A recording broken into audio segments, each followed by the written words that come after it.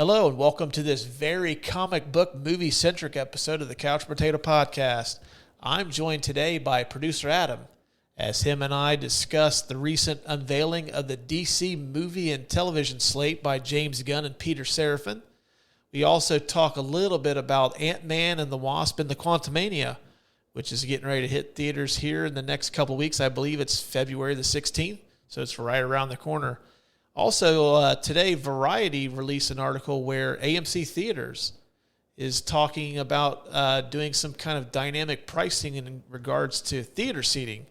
So you might end up paying a little more for the best seats in the house for your favorite movies. So we talk a little bit about that. And we also go into what we feel are the 5 best superhero characters in film. So, after the guitar riff, we bring to you the Couch Potato Podcast. Producer Adam's back on the show. Long time. I talk to you every day pretty much, but it's been a while since you've been on the show. How are things? How's things been? Oh, not too bad.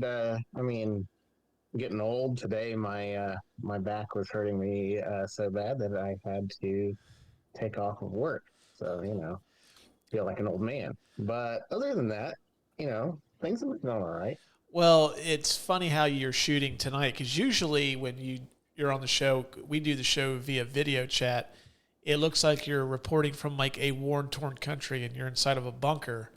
But on today's presentation, it looks like you are shooting from the set of an adult film, and you're on a.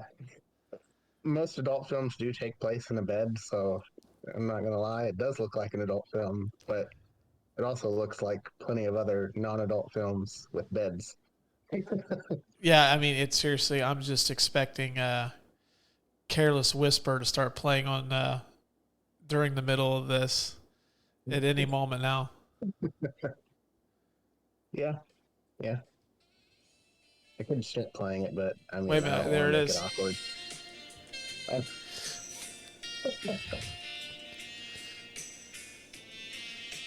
Do you need to go? Is it time to shoot like the next scene? Yeah, I think it is. Man, I'm way too overdressed for this. Well, that's the whole point. Like, these movies, they come off, so if you need to go, man, I can fly solo. I understand you're a busy man on the set. Oh no, I think my presence is much needed in this, because I've been wanting to let you know my picks, and well, we'll tape, like we'll get to those in a minute. When we discussed doing this, like, you said that your list, your top choice on this list is very unconventional, and it's been driving me fucking nuts to figure out who it is. Like, I went through a list of portrayals and was trying that could be it. No, that's not it. That's definitely, now that's a possibility.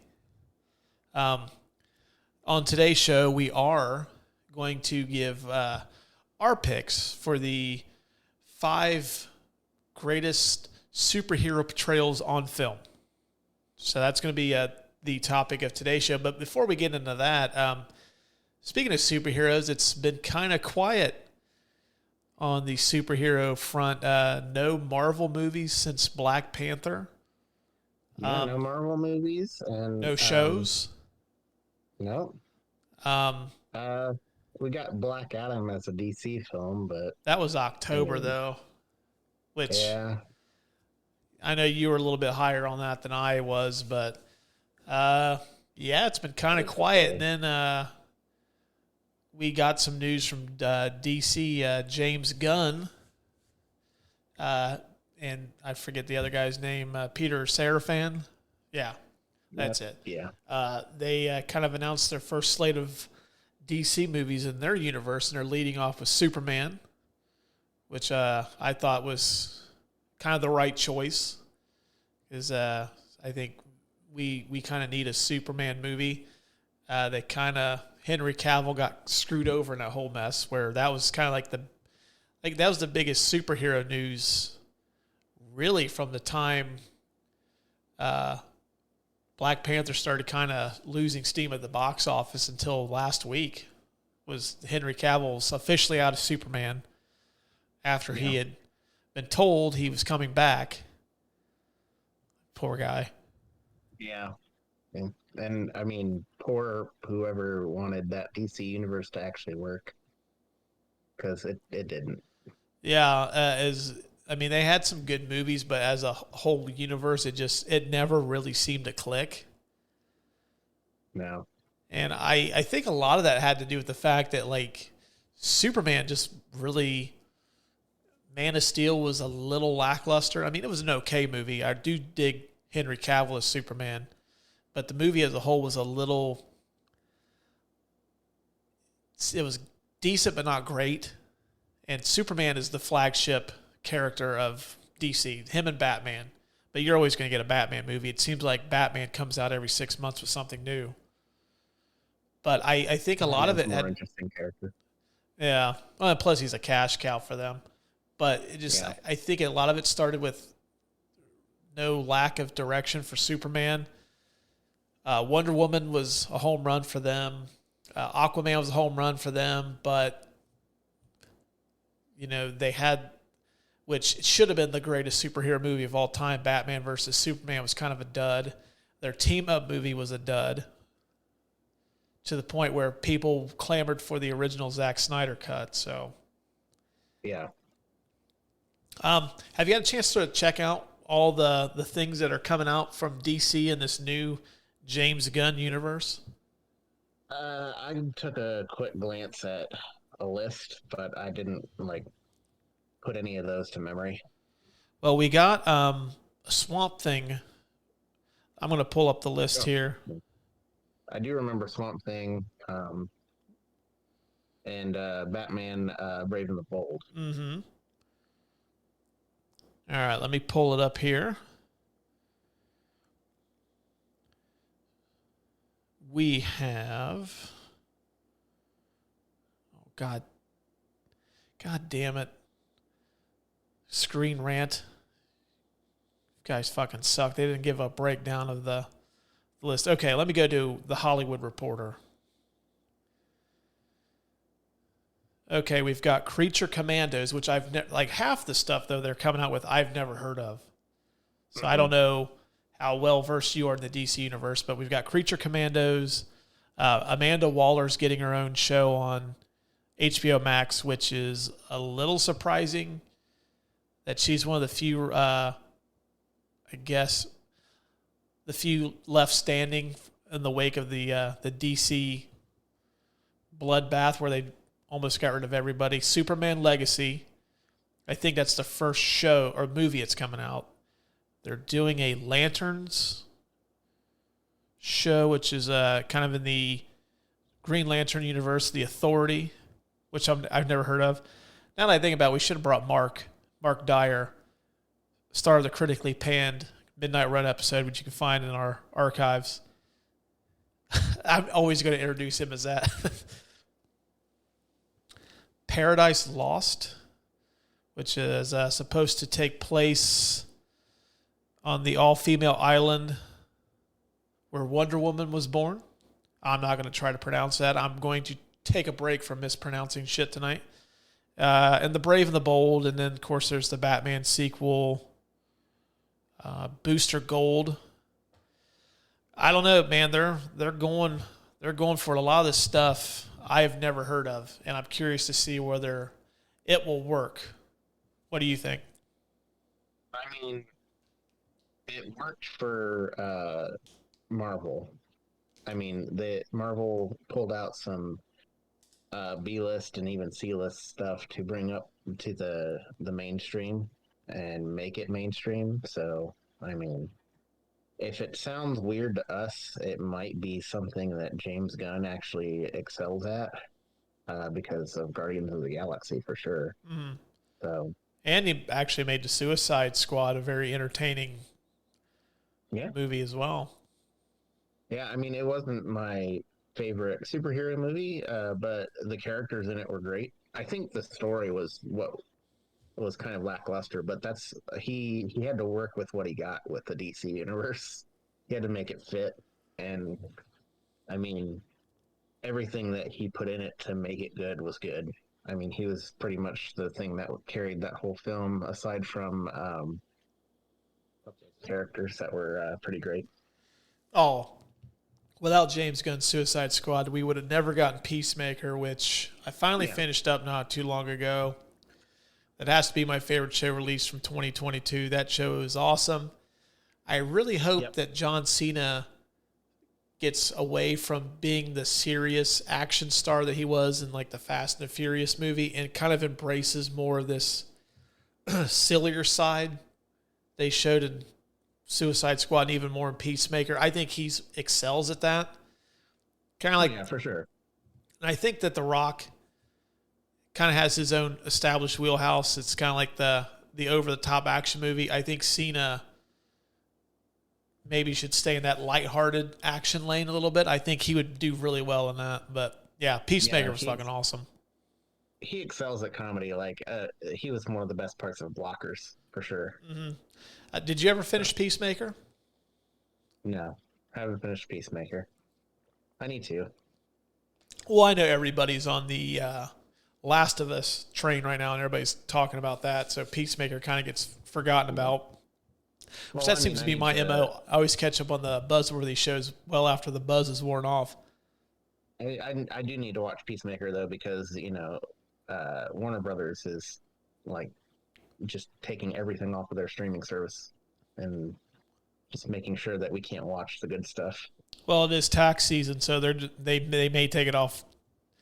Maybe they're going to do their taxes like, man, we're not getting as much back in our refund as we thought, so maybe we should cut Peacemaker off of HBO Max too. Maybe we'll get a little bit more. Fudge the numbers. What they seem to be doing. Yeah, all this content cutting for is just the money. Mm-hmm. Not that they can do that this year. I'm not a tax expert by any means, but we are in 2023, and that was all 2022. So true. We do have a big comic book movie property on the horizon. I think we're, a little less than 2 weeks away from Ant-Man and the Wasp and the Quantumania? Yes. Yes, we are. What are your thoughts on that? I know for me, I was kind of lackluster feeling. I just saw like, well, I'll go see it, but I'm not super excited about it. But the more I start seeing Kang in this, like Jonathan Major's portrayal of him, I'm starting to get more excited. It looks like he's gonna bring it. It looks starting to look pretty good, so I'm starting to get excited about it. Yeah, I've seen a couple of fan theories and supposed leaks about things that I'm not going to go into, but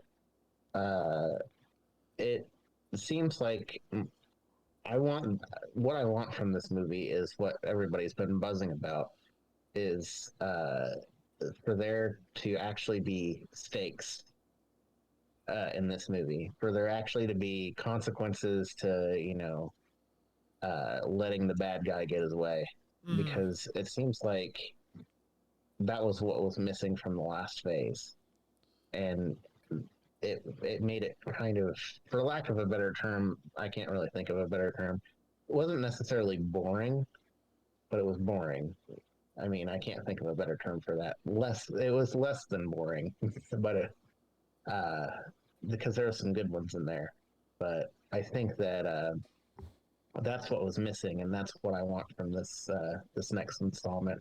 I'm ready for there to be some story and some direction for the Marvel Cinematic Universe. Well, it looks like they're starting to get back to that somewhat, that they're introducing essentially the big bad in the next phase. So, yeah, it seems like Phase 4 was just kind of a way just to tell stories from some of the characters but not have anything leading up to it. I mean, I was a little disappointed that the multiverse being introduced in WandaVision, then in Spider-Man, and then in Doctor Strange. I thought that was going to lead to something, but it never really amounted to much, if anything at all. I mean, I think the big story coming out of Phase 4, honestly, is we got the new Black Panther, essentially. That was really the biggest thing to come out of this. And we got, Tom Holland and Andrew Garfield back as Spider-Man, but, I mean, we had nothing to really get us excited for the next phase. Yeah, I mean, Sony and Marvel had the perfect opportunity to make the Sinister Six a reality finally, and they ended up just like, no, not where we're going with this. I hope they revisit that down the road, or at least have Tom Hardy's Venom come into this universe somehow, because they wrote him in, and then it seemed like they wrote him out. Yeah, I think they dropped, because Venom's supposed to be like a hive mind, right? So they dropped the piece of Venom there, so like Venom can be there, but he can have a different like host. Maybe we'll get Black Suit Spider-Man or something. I don't know. Well, I think that could be a possibility, or they have opened up the multiverse, so Tom Hardy's Venom.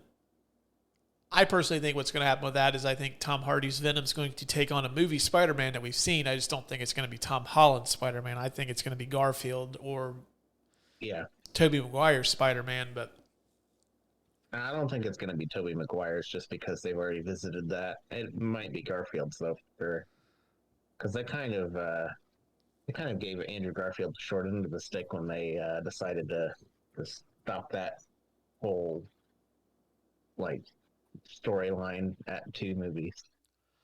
Well, note to self, Sony don't make shitty Spider-Man movies. True, yeah.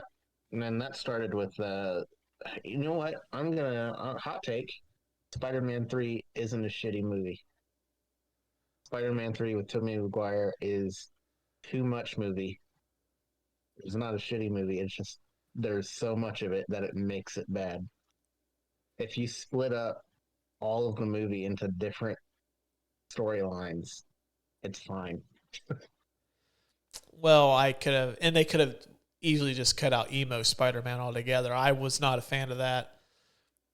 Yeah, I guess. And I think I remember in the movie theater, I didn't say it super loud, but I said it enough to where a couple people could have heard me. I said, "What the fuck is going on here?"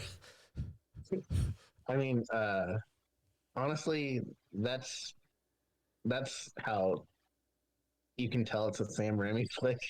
There's some weird, like, goofy thing in the middle of a serious movie. I don't know. I think that scene, and I'm a huge fan of Venom, and I think Topher Grace's portrayal of Eddie Brock and Venom didn't really fit what I was looking for. So yeah. I think just that kind of ruined the experience for me, and I've never been able to watch that movie without that lens of not liking it already. You know, I can't like go in with an open mind. I liked Thomas Hayden Church as the Sandman, but it suffers a lot from what the Batman movies did for a while, where they just try to shoehorn too much into them.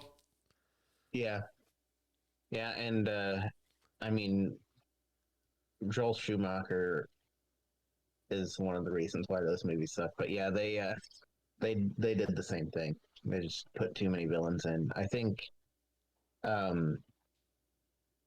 you know, that might be the fault of Batman Returns, because Batman Returns had 2 villains in it.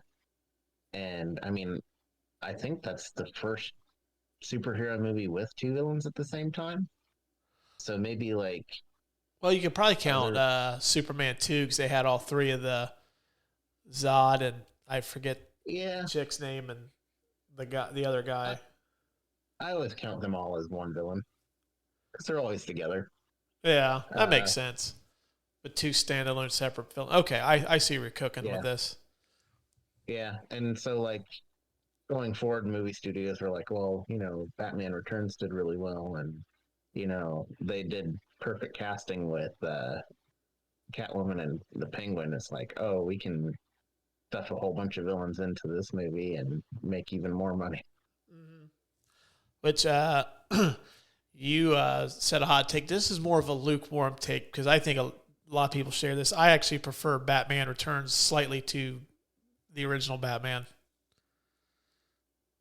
Okay. Yeah. I mean, that's lukewarm though. A lot of people Yeah. feel the same way that I do. So I mean, I'm a fan of Nicholson's Joker, so I'm a sucker for the first one, but I can see where people would like the second one better. I think you said you were going to take a ball bat to my car if I didn't acknowledge Jack Nicholson's Joker is the best movie Joker. Which I'm like, this is totally out of character for you. Where the hell is this coming from? But then you pulled out a baseball bat, and I had to say, okay, man, cool. Nicholson's Joker's the best, you fucking psycho.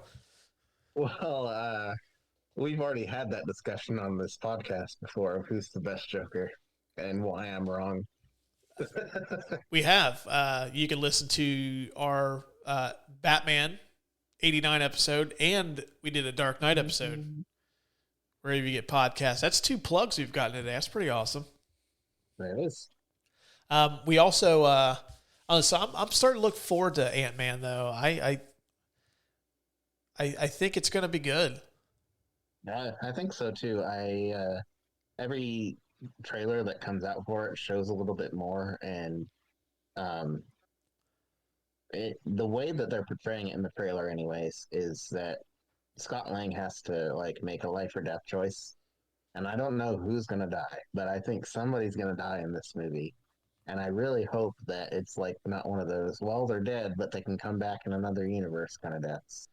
The only thing that I'm hoping for is they don't do some like weird multiverse angle where like Michael Douglas is murdered by Sharon Stone's character from Basic Instinct.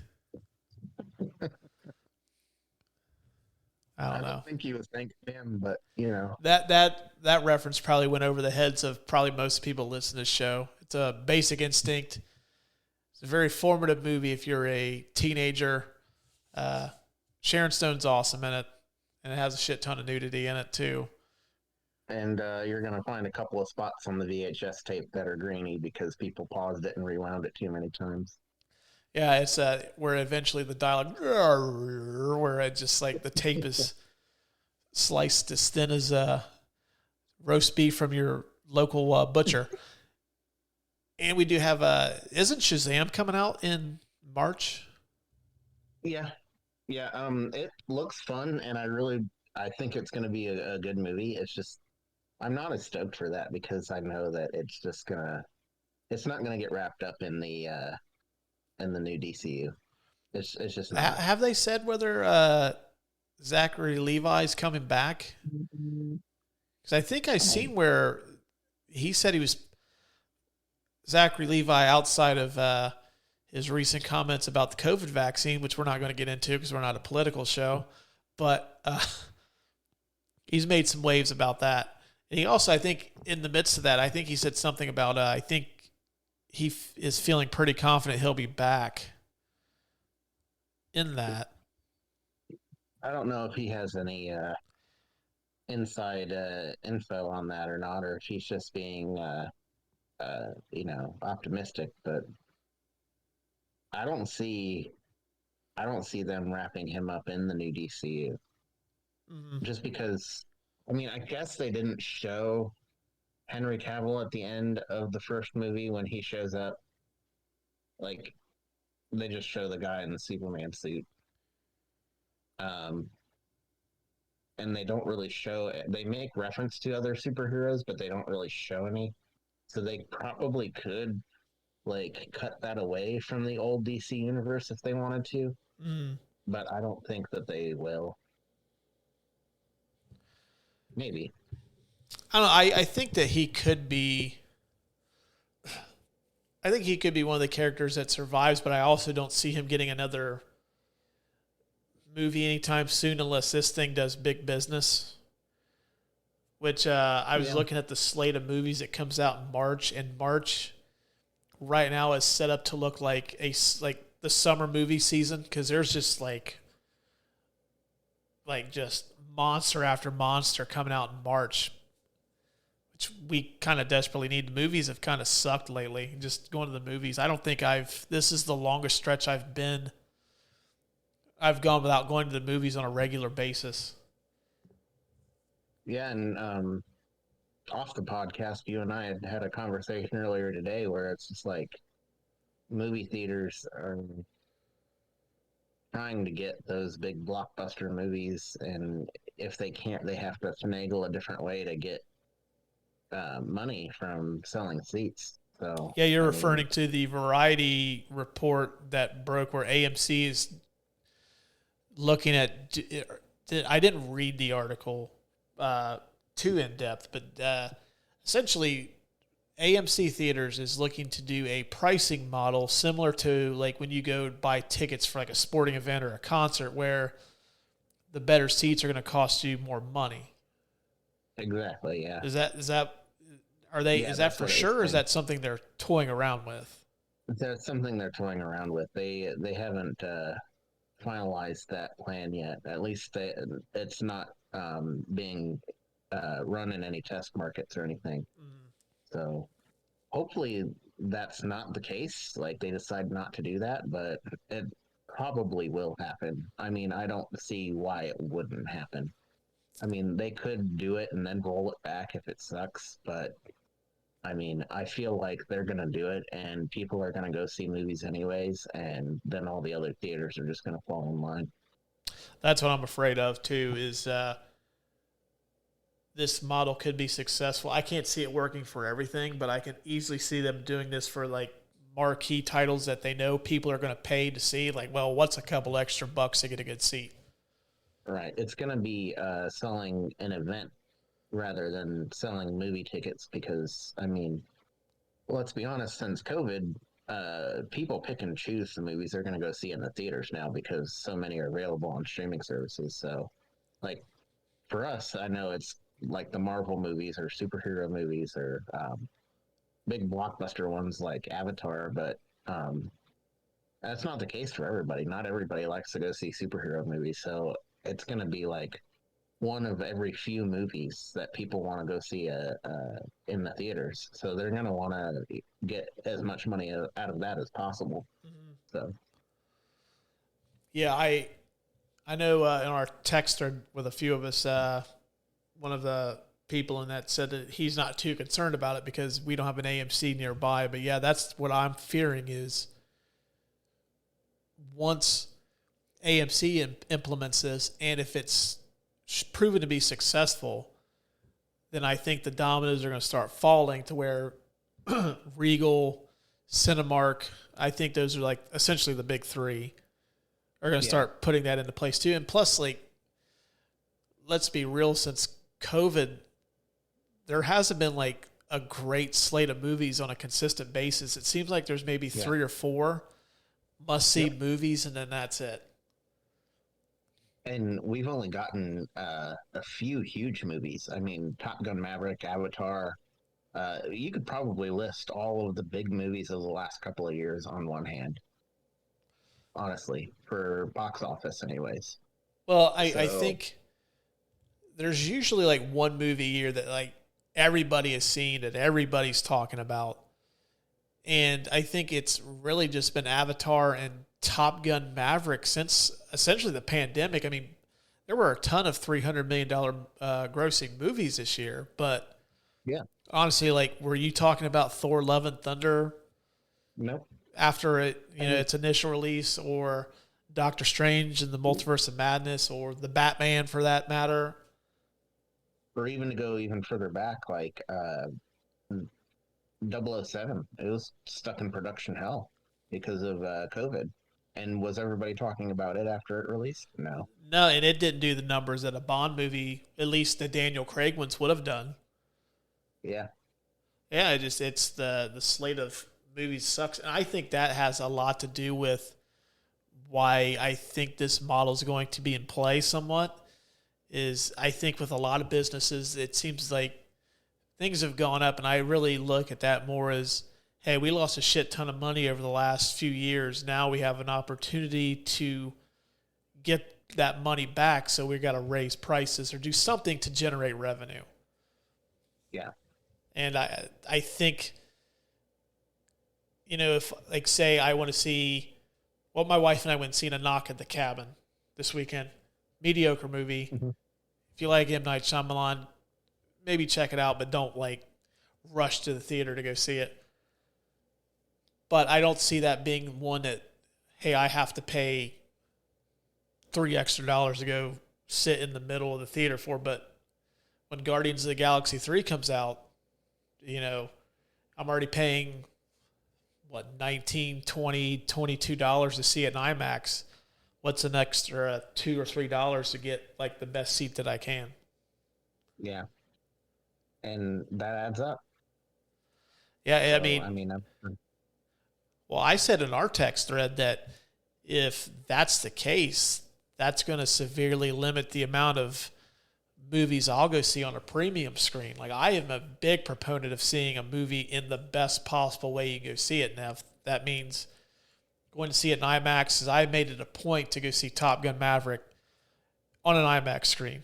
And we always, when we go see the Marvel movies, we always go see it on an IMAX screen. And if this is going to be something that's going to be down the road on top of all the other surcharges we pay, we're paying extra to get good seats. I may skip out on going to see the new Captain America on an IMAX screen. I'll just go down the road to my local theater, which is more than adequate for me. Yeah. And save some money. And I don't think that it's going to affect the market, the physical media market. I'm just saying, because physical media is going away. But if you're paying nearly $30 to go see a movie in the theaters, it's just okay, I'm going to wait until it comes out and I'm going to buy it and I'll own it, Yeah, that's exactly how I'll look at it too. Or I pay $7.99 a month. Well, it's probably more than that now. I don't pay for it, but Disney Plus, I pay $6, $7, $8, $9 for Disney Plus. I'll just wait the 3 months to go see it when it hits Disney Plus. I won't even bother to buy it. It's I'm already giving Disney $9 a month anyways. So I'll just wait for it to come out on that. See, and that's the other end of the spectrum of this whole premium seating thing is, okay, if it doesn't pan out, then people are going to just see it at home, and the theaters aren't going to do very well. And so I don't think the theaters are going to go away, per se, but I don't think seeing movies in the theater is going to be the same. It's going to be very limited, like art house kind of format, if it ends up being where people see movies at home more often. Well, it's going to be one of those things too where when you look at concerts and sporting events, that's a couple $100 a night evening. Yeah. Movies, you take the family, that's still, it's gone up substantially over time like everything else, but it's still a somewhat affordable way to do something with your family. If you got a family of 4 and now you want to go see Guardians of the Galaxy 3, you're going to eventually price out the people that are more likely going to, you're buying the big tubs of popcorn that cost $1 and you're charging $10 for it. You're eventually going to price that market out, and it's only going to cater to people with much more disposable income. It's already starting to happen with the concerts, at least from what I see, and unless you're a Taylor Swift fan. But I don't know. I don't like this at all. Not a fan. Yeah. Well, and go ahead. I was just going to say, but we'll see what happens. Maybe they'll have a change of heart and just not implement it all together. I highly doubt it. I think they're going, if they roll this out, it'd probably be something I would see coming in the summer, because that's the best time to capitalize on all this. But yeah, I agree. All right, well, enough chit-chatting about the movies. Let's get to these lists. The top 5 superhero portrayals on film, the best movie superheroes of all time. I'm going to go first since like I said at the onset of the show, I've been going bonkers trying to figure out who your number one is. So my criteria on my picks is they have to be part of a movie franchise. So that's going to eliminate Judge Dredd, which I absolutely love, but in Scott Pilgrim, that's going to eliminate characters like that. I think, and my other criteria was the casting of this particular actor in the role frowned upon. Now, I know a lot of people kind of play armchair quarterback with like casting and stuff, but my choices were, for the most part, somewhat controversial, maybe gotten some backlash, and then they basically said, fuck you, I'm going to knock it out of the park, and they did. And my third criteria is if the character, how replaceable is the actor in the role? So once I name off my 5, it might make a little bit more sense, that last one. But I have number 5, Chris Evans as Captain America. Okay. I have number 4 as Christopher Reeve's Superman. All right. I have number 3, Robert Downey Jr. as Iron Man. I have number 2, Michael Keaton as Batman. And then I have number 1, Hugh Jackman as Wolverine. Okay. Yeah, each one of those guys were met with some kind of backlash, whether, oh, you can't cast a comedian to play Batman. What the hell are you doing? Or, oh, you got a Broadway actor to play Wolverine, and plus he's 6 feet tall. Wolverine's not 6 feet tall. He's 5'3". Or, oh, Iron Man, that's a mistake. That guy's going to sabotage the movie. He's a drug addict, unreliable. Or in the case of Christopher Reeve, like, I've never heard of that guy before. Smashed expectations. And even like with Chris Evans as Captain America, I mean, he tried the superhero thing before and he didn't really pan out as the Human Torch. I don't know. I love seeing these guys. Like, the expectations were not very high, and I think a lot of people expected these actors to fall flat, and they just smashed it. And I think for me, with like Wolverine is my number 1, I think he's like the one actor that most superheroes have been replaced with other actors or could eventually happen down the road. But I think Hugh Jackman's Wolverine is going to cast the biggest shadow in the history of recasting superhero roles. Because, I mean, is there anybody that you could possibly think of that's going to be able to do that as well as he did? No, not at all. And nobody. I am not a huge. I kind of dabbled in the X-Men a little bit, but I'm not like well versed as friends of mine are. But from what I do remember, I just remember Logan being a very rough and just a nasty son of a bitch to be around. Whereas Hugh Jackman kind of evolved over time to where he still kind of exhibited some of those traits, but he also seemed to be very human. Yeah, and that mirrors perfectly what he was in the comics. Honestly, his growth as a character. Yeah. Plus, I mean, I'm not going to spoil anything. This movie came out quite a few years ago, but there hasn't been too many deaths in movies that kind of hit you as hard as Wolverine dying at the end of Logan. Yeah. No, not really. And I mean, we've seen Professor X die a gajillion times. Even more recently in Multiverse of Madness. But yeah, no. Superman even. I'm trying to think of all the superhero deaths on screen, but yeah, no, Wolverine's the worst. It just makes you sad. I mean, in the case of Batman too, like, I know personally when I combine the characters of Bruce Wayne and Batman together, I prefer Christian Bale's take on it. But just in terms of Batman, I mean, I think Michael Keaton's been the best Batman. He seems to have kind of captured the essence of what I think the character is better than anybody. And plus, he doesn't have to use that fucking voice that over time has kind of gotten grating watching the Nolan Batman movies. The look on his face when he grabs that goon in, I think it's Returns, and there's like he puts a bomb on him, and he just throws him down the manhole. Like, everybody's like, "Oh, Batman doesn't kill Batman," but the look on Keaton's face when he's just so happy that the bomb is there. I think he's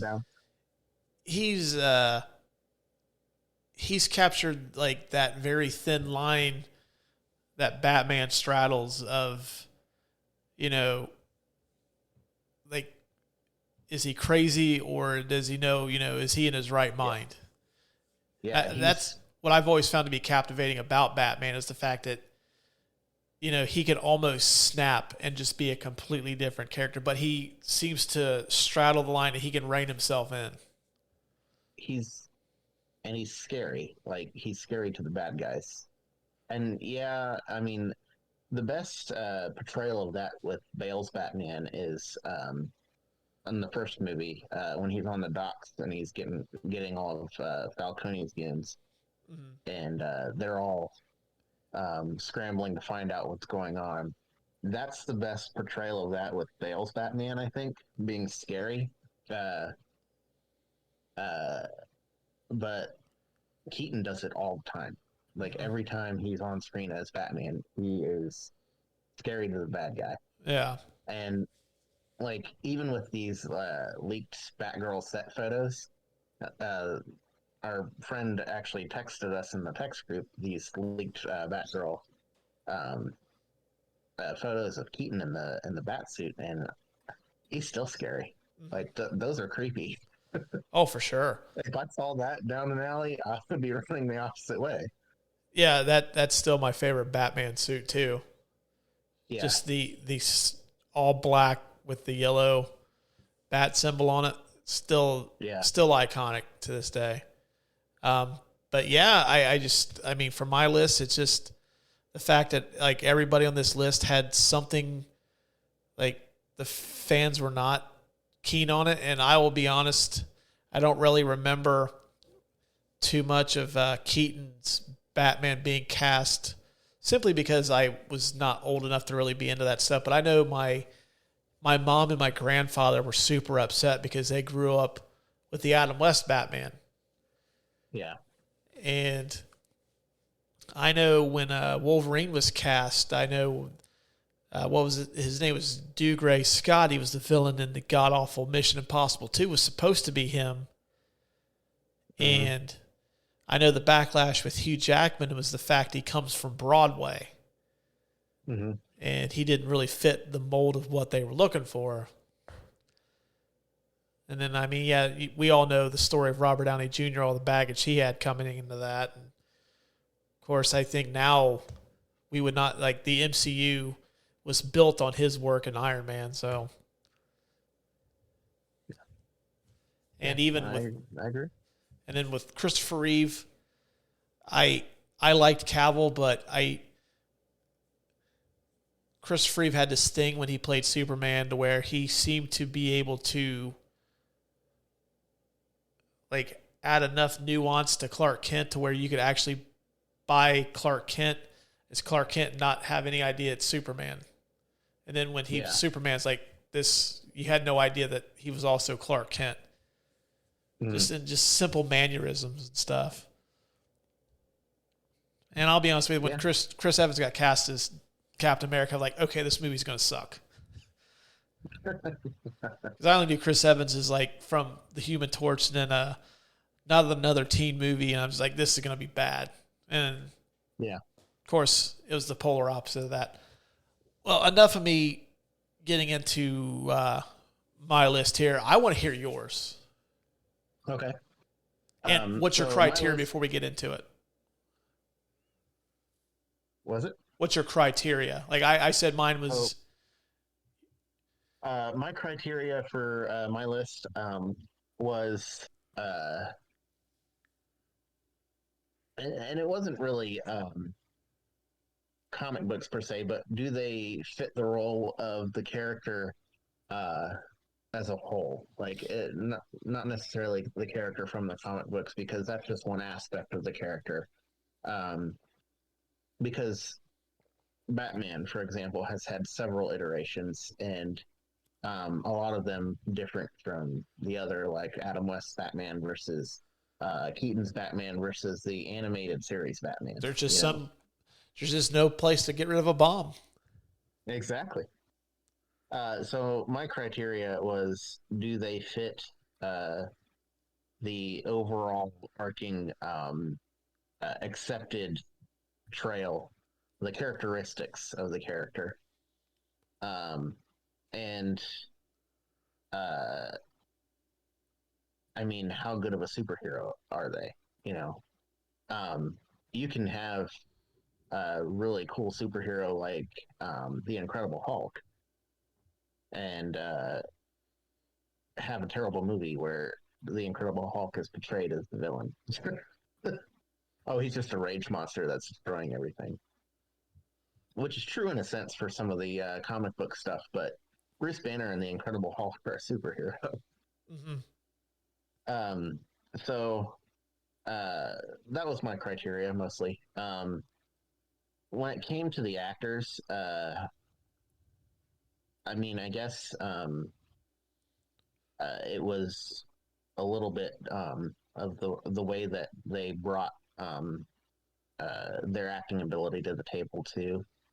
My first pick is not because of the acting ability. I can give you that. I can give you that much. But yeah.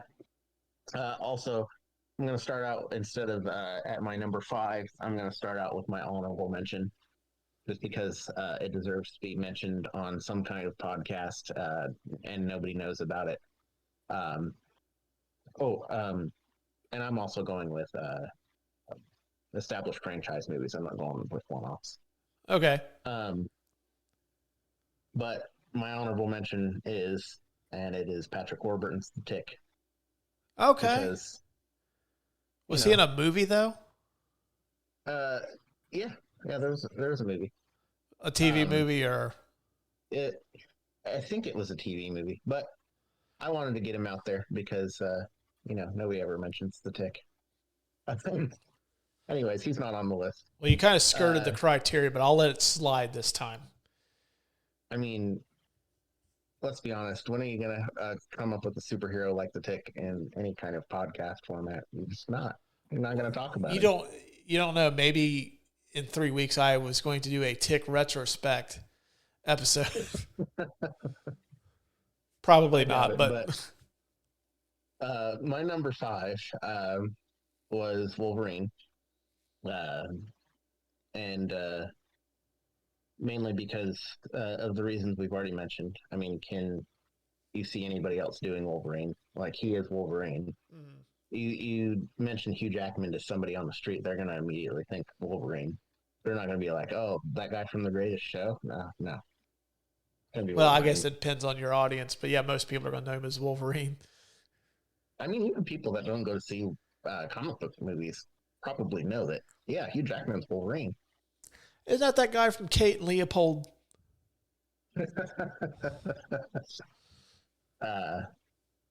And he does, especially with Logan, he brings that. This is going into my criteria of like what they bring.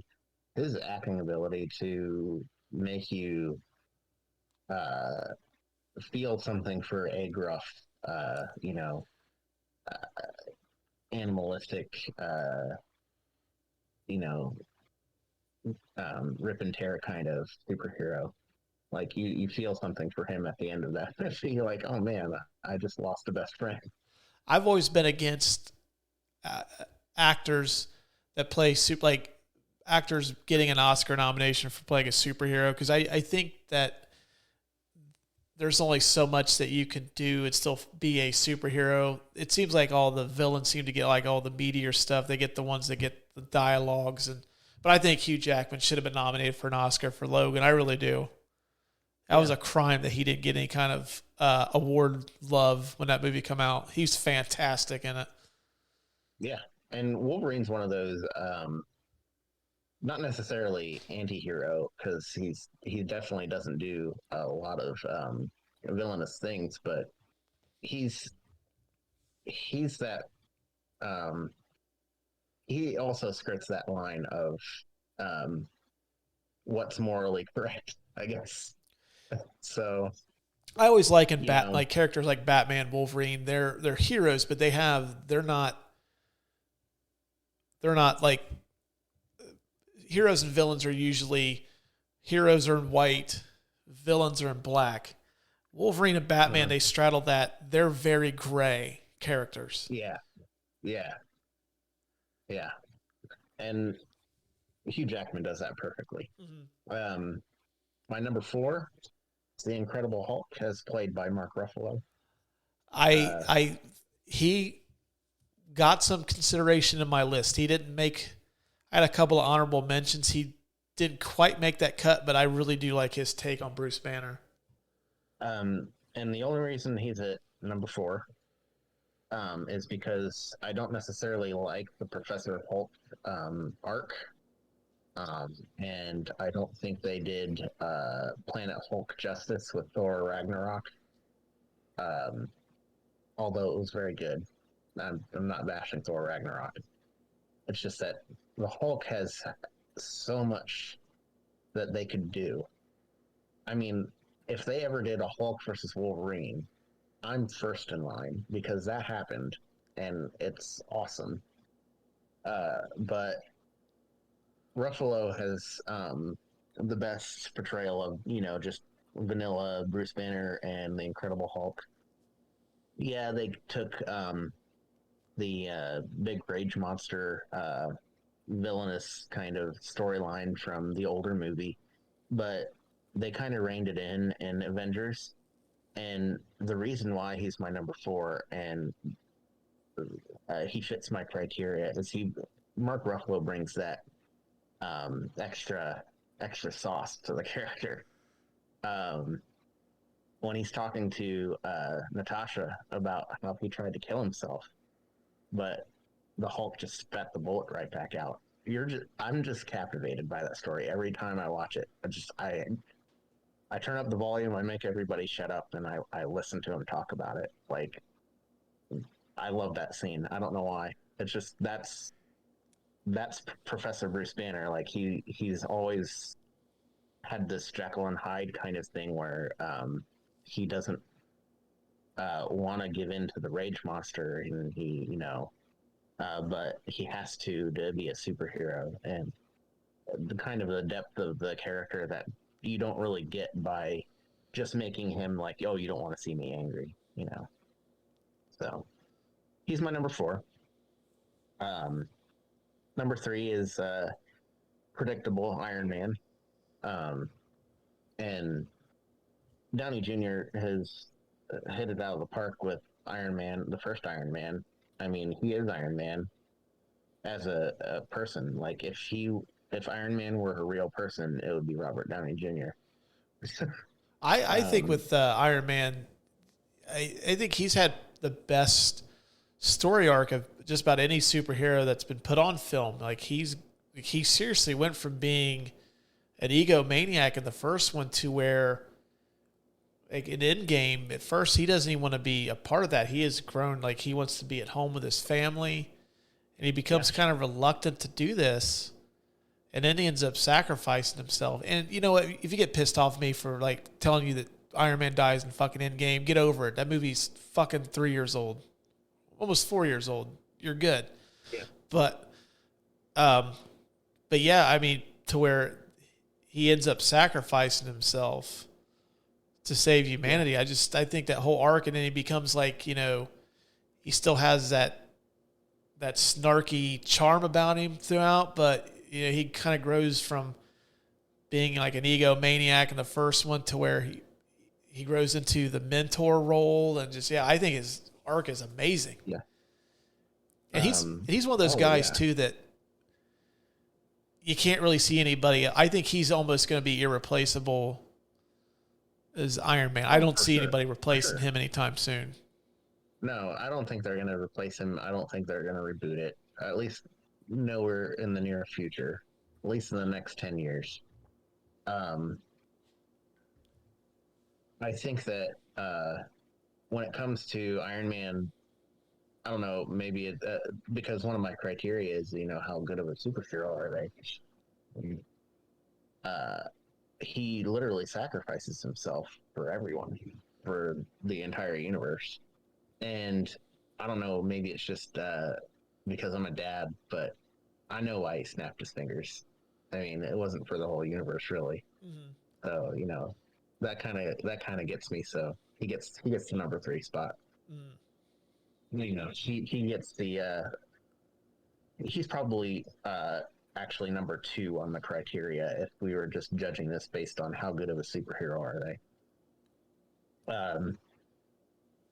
My number 2, I kind of had to split in 2. It's Batman, but I couldn't decide which one was better based on my criteria. Probably Keaton, but I really, really liked. Can't think of his real name. Can only think of him as Edward from Twilight. Robert Pattinson. Robert Pattinson, thank you. Excellent actor. If you haven't seen The Lighthouse, see The Lighthouse. Oh yeah, that's a good movie. It's fucking wild too. Yeah, even in Tenet, he's amazing in Tenet. He's the best thing about Tenet. Yeah. And you can actually understand his dialogue too. Yeah, you can actually hear him. But he was kind of out of left field for Batman for me, because when I heard he was cast as Batman, I was a naysayer. I was like, no, I'm sorry, Edward from Twilight can't be Batman. There's just no way. He's not going to be a good Batman. But he brings that Batman character to life with, being that gray character, being vengeance, not being afraid to, beat the bad guys to a pulp, be scary, he's one of the creepiest Batman portrayals. Mm-hmm. When they introduce him coming out of that dark tunnel is really cool. And he isn't necessarily my favorite for Bruce Wayne, but he does, I think, carry the mantle of Bruce Wayne being a torn apart, broken man from seeing his parents die. Yeah, he does carry the grief of his parents being dead. Like, and he hasn't gotten over yet. He does carry that very well. Like, he just seems tortured at the fact that, almost seems like in that movie too, it's almost like he kind of seems like he carries some blame for it. Yeah. At least that's the vibe I got. And Batman does carry blame for it, because he wanted to leave. Bruce Wayne wanted to leave the theater, and they left the theater in a hurry, and they went outside in that alleyway and they got shot, and it's like, oh, I'm the reason my parents are dead. So I'm really glad that we didn't have to watch that scene over and over again in the new Batman. I'm tired of seeing the Waynes die in every Batman film, but yeah, the origin stories, let's do away with them, gang. We don't need them. Yeah, we've seen them enough. We know where they came from. I mean, if it's somebody that's been on, like, I want to know about Blade, and I want to know about, when the X-Men, I'm interested in hearing their backstories, but I don't need Spider-Mans again. I don't need Batmans again. I don't need Supermans again. Nope. We're good. I think we've established their origin story. That being said, Keaton has the edge over Pattinson, I think, just because he does have that essence about him where he could snap at any minute.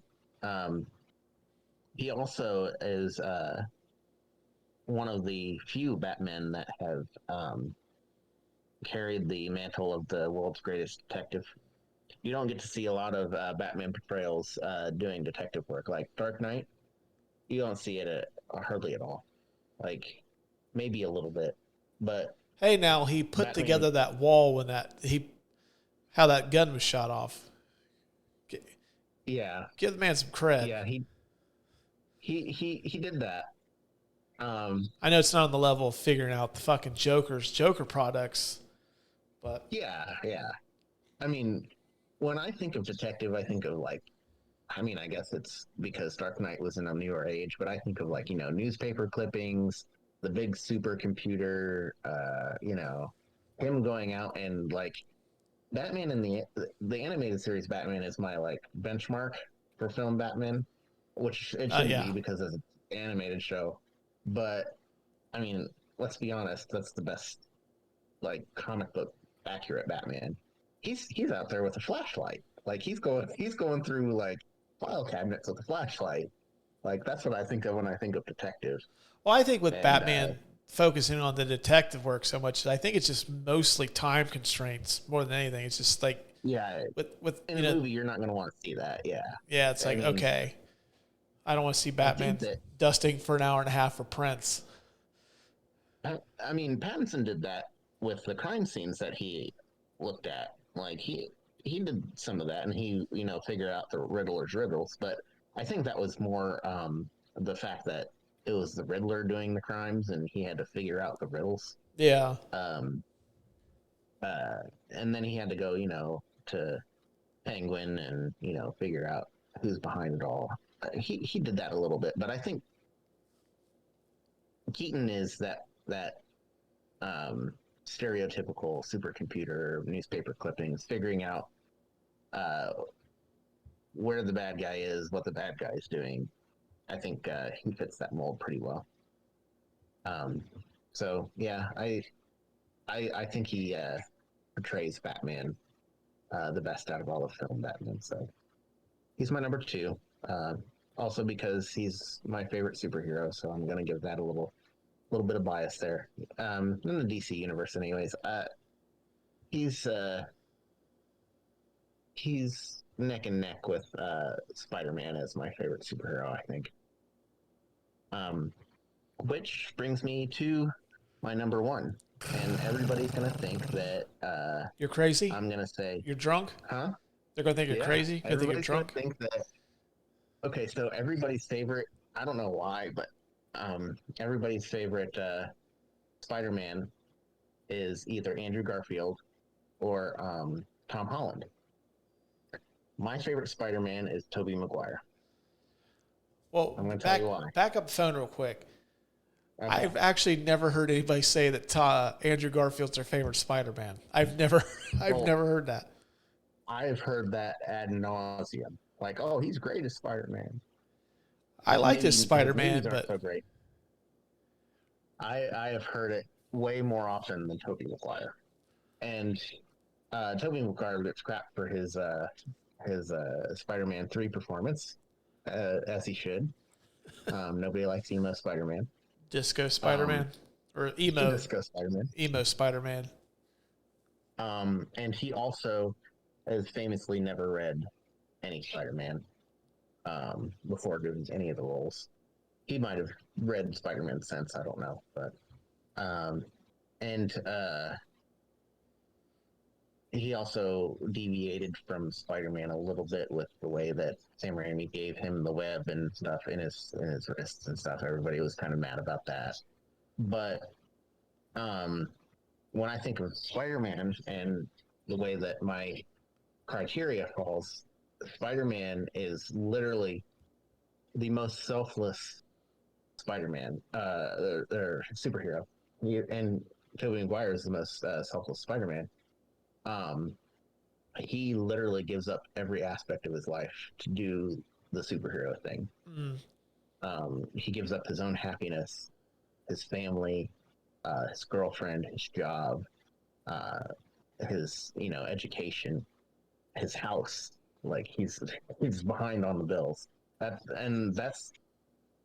the way Spider-Man was in the comic books, and he's kind of a more relatable that way. Like everybody has these same issues. Like everybody has to juggle their life that way. They have to juggle their education and their family and their bills.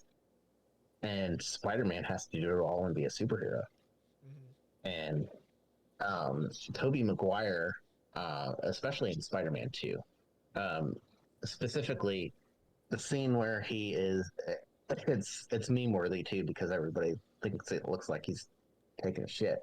But when he stops the subway train and he's basically beaten and he's destroyed, and everybody on that train um, was like so thankful that they didn't care. Like they saw his face, they didn't care who he was.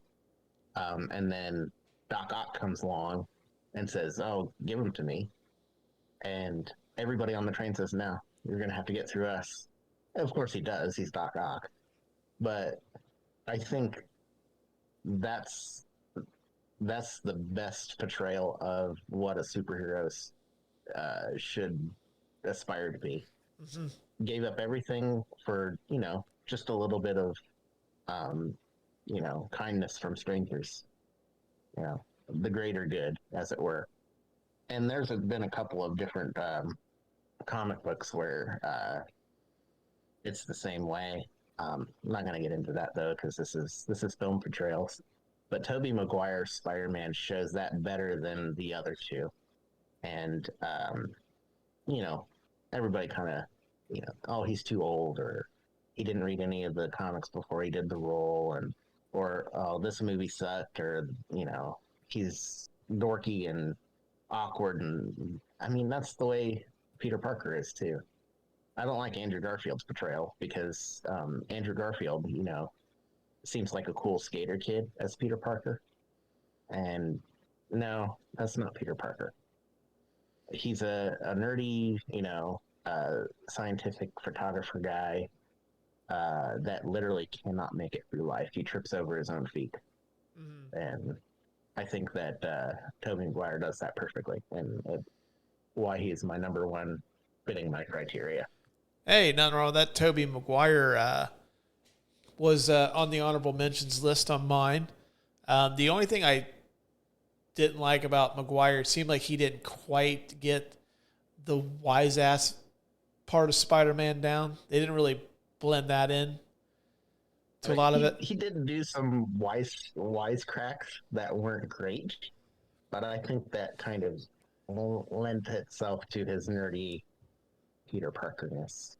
Yeah, see, that's the problem I always have with Garfield is I think Garfield goes for it too much in that area. Yeah. I do like Holland because he seems to have kind of gotten the best of what Maguire did and the best of what Garfield did together. Yeah. And the reason why Holland didn't top Maguire is he and people are probably going to be against me on this one, but nobody listens to this show anyways, Adam, so just take away, my friend. He was made by Iron Man. He's not Spider-Man. He's literally Iron Man Jr. Yeah. He's Iron Man Jr. I mean, sure, he's still Spider-Man, but would he be Spider-Man without the suit that Tony Stark gave him? Maybe, but not in the DC or not in the MCU. I mean, if they brought in a whole new Spider-Man story into the MCU and did a couple of movies and then he was it, maybe. But he also doesn't. I think he's kind of young still. He's still in that like high school phase of Spider-Man, and he hasn't really gotten to the point to where like he has to juggle life, which I think we might see more of because of the way that No Way Home ended. But yeah, I'm excited to see the way they take that. But yeah, no, Tobey Maguire tops him there. Hey, I got no issues with Tobey Maguire being number one at all. For me, I think Tobey Maguire has the worst. Well, not the worst, but his Spider-Man, his third one's pretty bad. But I think he also has the best singular movie out of all the guys that portrayed him. Yeah. By far, I mean, as cool as No Way Home was, it still doesn't top Spider-Man 2. And if you think about it as superhero movies as whole, when you think of superhero movies starting out, you had some really crappy Marvel movies in the late 70s and 80s. And then you had Superman, which is pretty cool. I think it started an upward trend. And then you had Batman, which made it like mainstream.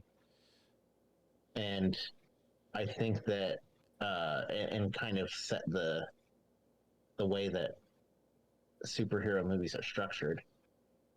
But Spider-Man is kind of in that in-between era between Batman and even the crappy ones. And the era that we're in now, yeah. Yeah. And I think it hit everything perfectly. Because if you think about at least the first two Spider-Man movies, comic book wise, they are campy, but they're campy like a comic book, and they are colorful like a comic book, and they have the good versus evil that a comic book would have. And Sam Raimi was really good at making those cinematic and making Spider-Man a character that everybody could relate to, honestly. Mm-hmm. Yeah, I've always felt that in terms of superhero movies, I think Batman, there needed to be one big breakout, because I think without Superman, we obviously wouldn't have gotten Batman. I think without Batman, we wouldn't have gotten that really cool wave, because I've always felt before the MCU, it was essentially X-Men 1 and 2 and Spider-Man 1 and 2. Those were the tops of that middle era. And without them, we obviously wouldn't have gotten the where we're at now. Yeah. And I know that not everybody's first pick is going to be Spider-Man for movie portrayal, especially Tobey Maguire over, say, Hugh Jackman's Wolverine or Robert Downey Jr.'s Iron Man. But when it comes down to do they fit the role and how good of a superhero are they and what did they bring to the table as a character, I think that Tobey Maguire hits all of those notes. Hey, this is your list. So, and I'm glad that you came up with something a little different than I did. So, totally cool with that. That's why I'm trying to get people to have different opinions than I do. Because, even though my opinion's right, it's always nice to hear different. Yeah, I don't think the Incredible Hulk was on your list either. So. No, he was not. If I had an honorable mention, I think the two that I had that stand out is Patrick Stewart's Professor Xavier. Mm-hmm. He's kind of how I always envisioned. And even when you're casting the X-Men, he was the first guy, get Patrick Stewart to play Professor X. Even though McAvoy's good, I like his portrayal, but Patrick Stewart is, yeah. And then the other one that I had was Ryan Reynolds as Deadpool. I think it's almost like the creators of Deadpool had him in mind even before Ryan Reynolds was a thing.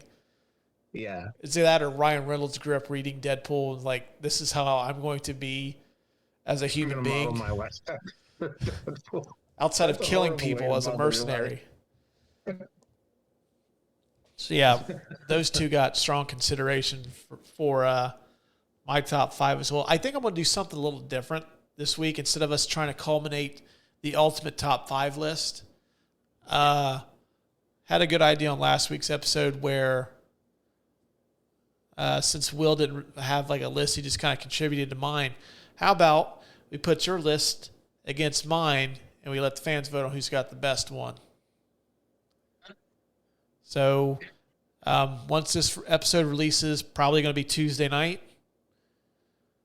Because, I mean, as awesome as this show is, and, you know, you think, like, man, those guys got it made. They're probably living high off the hog on this. Adam and I do have regular 9-to-5 jobs, so. Yeah. We'll put the poll question up on Twitter. Couch Bro Podcast at Twitter. We'll put the poll up for a week. Let you guys and gals vote on who you think had the best superhero list. And please chime in with your picks as well. Love to hear from you. Love you guys to rip my list to shreds. Get your takes, even though my list is awesome. You know, give your input on Adam's list as well. See who wins the list battle for this week. So, you got anything you want to add before we wrap up? Yeah. When you're ripping apart both of our lists on Twitter, if there's a superhero that has been betrayed by multiple actors, who's your favorite one? You know, Batman, Spider-Man, the Incredible Hulk, even. Yeah. I have a feeling either no one's going to vote on this poll question, or I'm going to get comments. You and I are going to look like Tobey Maguire, Spider-Man, holding that train from falling from all the negative comments. All right. Hey, well, he stopped the train from falling. It's true. So we'll save the day at the end of the day. Yeah. Well, Adam, it's goddamn pleasure having you on. It's been a hot minute since you've been on the show. Yeah, I'm glad to be on the show, especially with this subject that I am very vocal about. Yeah, you were. I do like me some superhero top 5 lists. So. Well, we'll be back with some more down the road. All right. All right, guys and gals, you listen to the show, follow us on Apple, Spotify, wherever you get podcasts. Follow us on Couch Bro Podcast on Twitter so you can vote on that poll question we're going to drop on Wednesday. So you can let us know how you feel. We're on Instagram, Facebook, TikTok.